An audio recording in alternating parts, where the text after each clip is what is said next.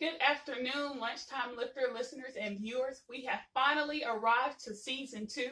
If this is your very first time tuning in to Lunchtime Lifter Podcast, Lunchtime Lifter Podcast is a Christian-based podcast for the young and saved. And my mission and vision behind the podcast is to help young Christians overcome their fear and insecurities by confidently pursuing their God-given dreams. Up first, we have Kyera Perry with Keller Williams Realty, and she will be discussing the power in purchasing. And a few of the topics that she will discuss on today is pretty much the process of home buying from start to finish. Another important factor, Credit 101, the mortgage process, and what I want to hear about the most, down payment assistance. And I'm very happy to have you here on Lunchtime with Your Podcast today, and I'm kind of going to let you have your way with this topic. Okay, well, thank you for having me on the Lunchtime Lifter today, Leanne. I really appreciate being invited here, being able to kind of share my wealth of knowledge with your guests and your audience. Yes. Definitely here to help the best way that I can. Absolutely. And so the first step that I have learned as a realtor is definitely you want to see where you are financially. So getting connected with a lender is going to be very, very important. Absolutely. I have several lender resources that I use with my clients. Okay. But you can also shop around with your own lender. Okay. The main misconception is that if you shop around with several lenders and they are pulling your credit, is it going to have a detrimental impact on your credit score? Okay. And so the answer to that is no. You are given a 30 to 45 day window to shop for a lender, and it could change your score maybe a few points here and there, but it's not going to diminish it drastically like most people assume. Yes. Because you want to be able to compare and contrast. Yes. And the only way you can do that is by actually applying and having them pull your credit. Absolutely. And that was one of my fears. The pulling of the credit. It's just like we have to pull it here, pull it here. I'm like, going to diminish what I've worked so hard for. So that's really good to know that you have that time frame to, shop around. Right, exactly. Because you want to see who has the best rate, who has the best programs, and that sort of thing. So I just advise my clients, hey, if you can, at least compare 2 or 3. Okay. So that you can know who's the best fit for you. All right, that's awesome. What I love about getting pre-approved before you start is that not only will the lender know where you are, but you'll also be knowledgeable about where you are. Okay. A lot of my clients check Credit Karma and resources of the sort for their credit score, and that's called your Vantage score. Okay. And the lender uses what's called your FICO score. Okay. And so those are weighted a little bit differently, and so that's one of the main reasons you might see a big change versus when you saw your credit. On Credit versus Karma. When they pull it. Okay. So, because they're weighted differently. And so I tell my clients that if you're going to check your credit, the best way to do that is to check your FICO. Okay. So you can see kind of what the lender's going to see. Okay. And so most banks now have a free FICO score that you can get from your bank. Okay. Okay. And then another great resource is freecreditreport.com. Okay. Now I know I do that every year, that one time that you can go ahead and pull the full credit report. And I know when I purchased for the first time before I lost, I did a lot of pre-shopping, and it really set my heart up for failure because you have to know what you're going to get approved for. So you're out there and you want some 200, 300, exactly. And your pocket said, no, like 125, 130, that's the max that you're going to get. Exactly. And having the finances and saying, hey, you need to show this sitting in the bank for 6 months. I was like, it's there. Why do I need that long time, that stretch of time? I was like, wow, it was way more difficult than buying a car. I can definitely say. Oh yeah.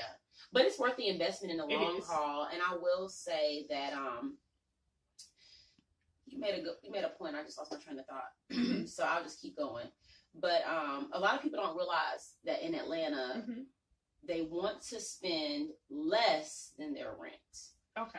But growing up in Atlanta, this is not old Atlanta. And the point I was going to make, it just came back to me, is that after the market crashed, the rules got a lot more intense and they're a lot stricter. So that's why you'll see we need 6 months of reserves. We need this. And they're going back in there. They're circling back and asking for the same thing over and over again because things are so much more strict since that market crash back in 2008. I really wish I had the finances to capitalize during that time because they were like homes for a steal. I was just like, if I had just a little bit of revenue, I really would have turn them, just flip them. Got me some income by renting. Right. And that's hard. That's a good point you make too, because a lot of people assume at a certain age, because back in 2008, I was still in high school.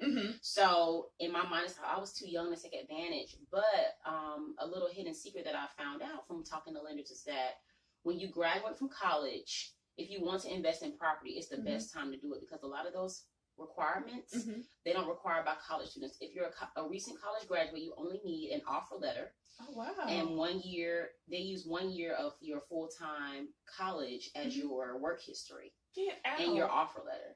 So actually positioning yourself out of college is actually better than waiting, because it's just, you can just shoot right in. I had a client, he graduated college and we were in his house shortly thereafter. Yeah, I seen that you listed a home and within 72 hours. I was just like, wow. And I seen you posted like it's real, you guys. It's not like fictitious. I mean, you posted the house December the 20th. I know the date because I was looking at the house, and you was like, "Oh, it's under contract," and it was really a 72-hour turnaround. I was just like, "Wow, you put in work." It's so the market is shifting. They're saying that this year we're going to experience a recession again.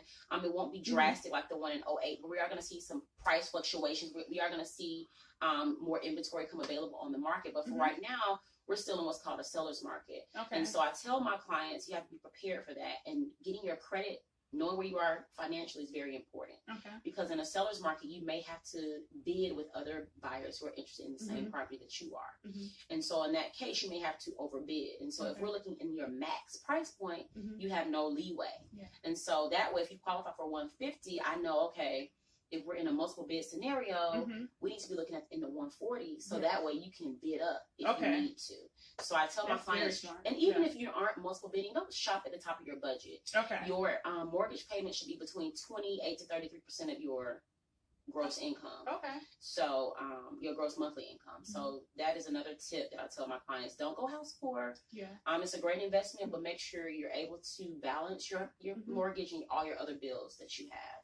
Now, I know, like, for me, when I step out there again, because I'm getting my credit together, I'm pulling my credit, I want to focus on the foreclosure market. Like, I'm really not trying to go back to where I was in the 130s or anything. I want to find something, a hidden gem. Like, how do you work that foreclosure market? Like, is it a drastic difference from something new? Like a new home? Yes. It's going to be drastically different because it's bank owned. And so everything that you do has to go through the bank. So it requires a little bit more patience. If you have a flexible timeline, you can find that hidden gem, no problem. But if you have like a lease that's up in 2 months, the foreclosure may not be the best option for you. Because foreclosures can take up to a year or more to close, just depending on the process.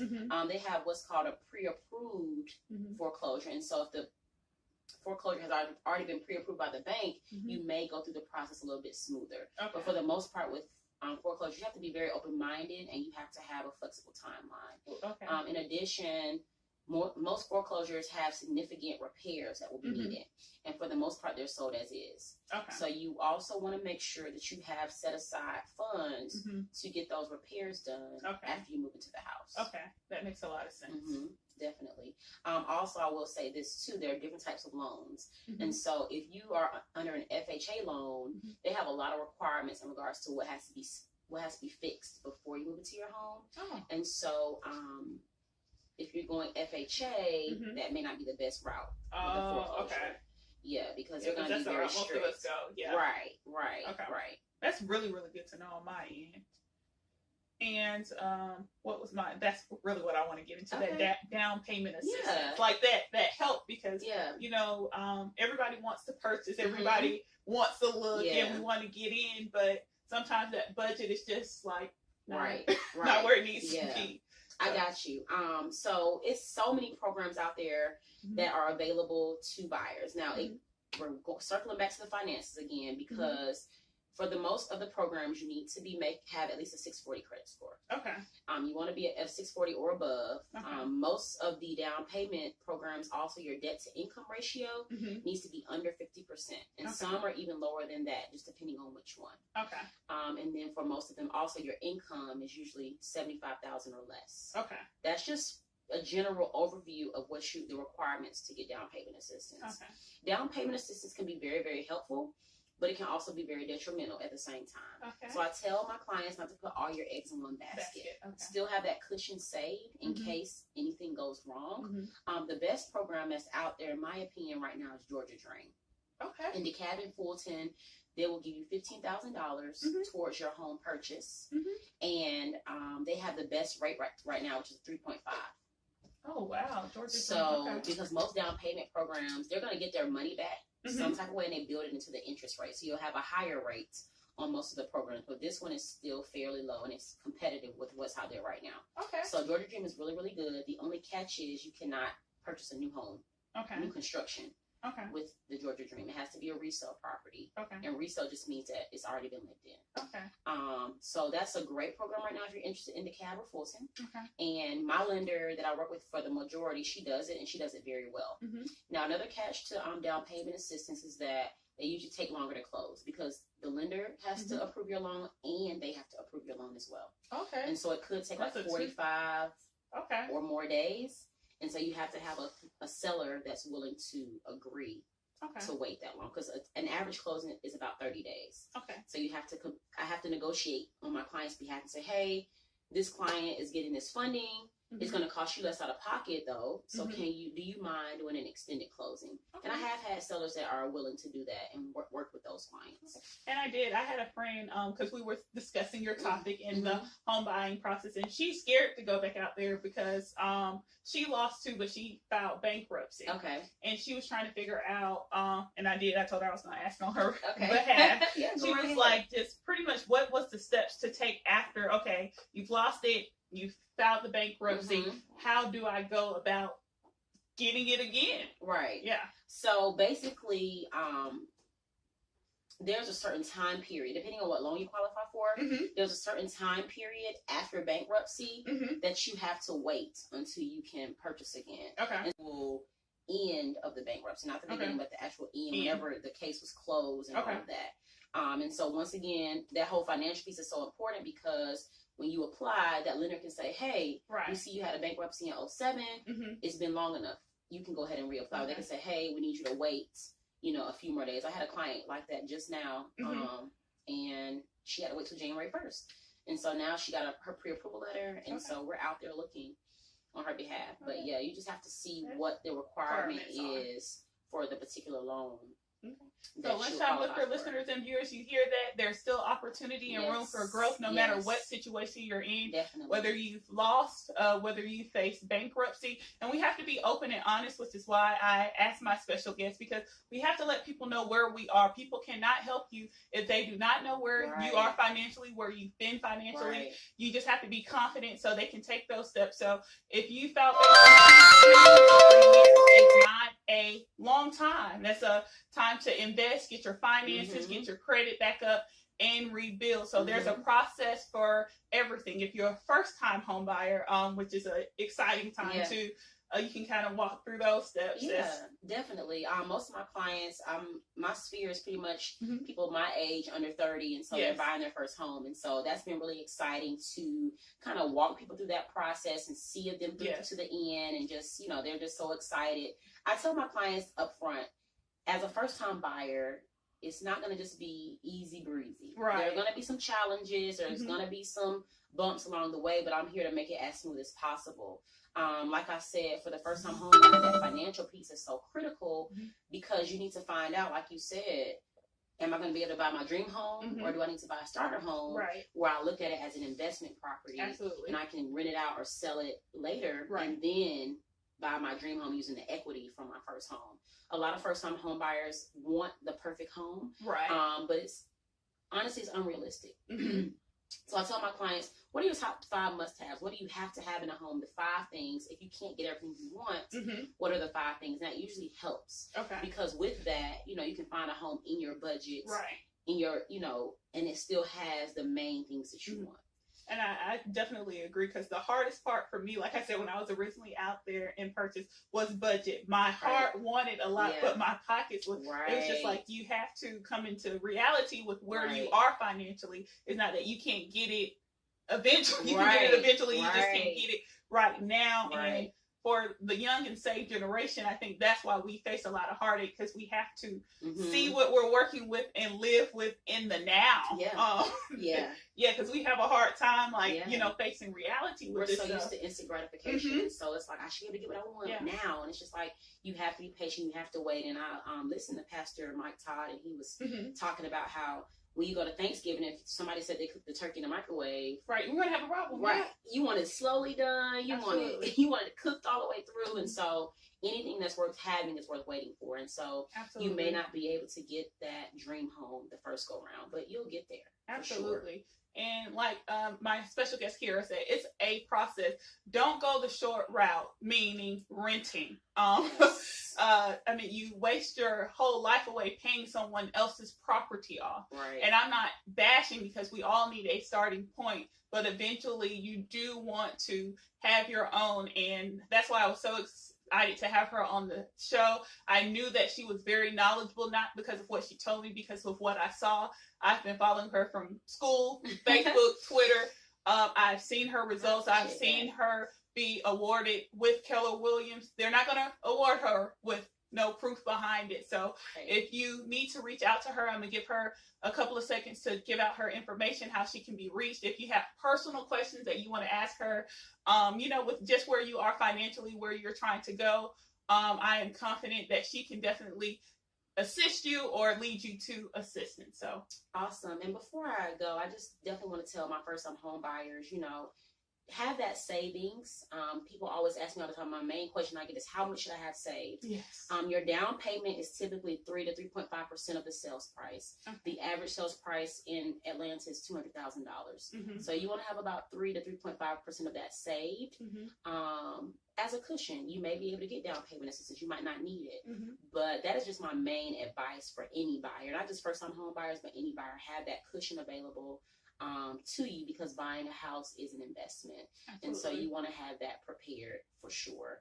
And so I do free buyers consultation. So if anybody would like to meet with me, I'll meet with you, and we can kind of just go further and discuss things in detail. I can be reached via cell phone at my 770-331-6132. I can also be reached via email, Kyera Perry, that's KYERAW.com.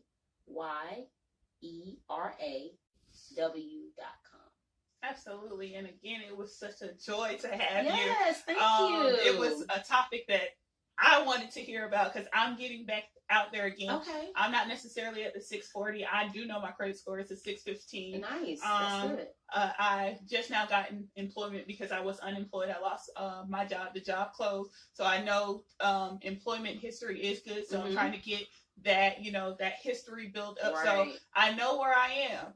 I'm facing my reality. So when I do go to Kyera to say, hey, I'm ready, I know how to give her knowledgeable information. I don't lead her straight to where she said, I thought you said, you had this, but I don't pull this, and that takes, and so that's a problem. We have to be open, honest, so we can reap our blessings, whether it's a home, whether it's a townhome or a condo. She is here to help you. So again, I thank you for introducing season 2. I definitely wanted to get it kicked off strong, and again, she can be reached at all of those platforms that she stated to you. And thank you for tuning in to Lunchtime Lifter Season 2.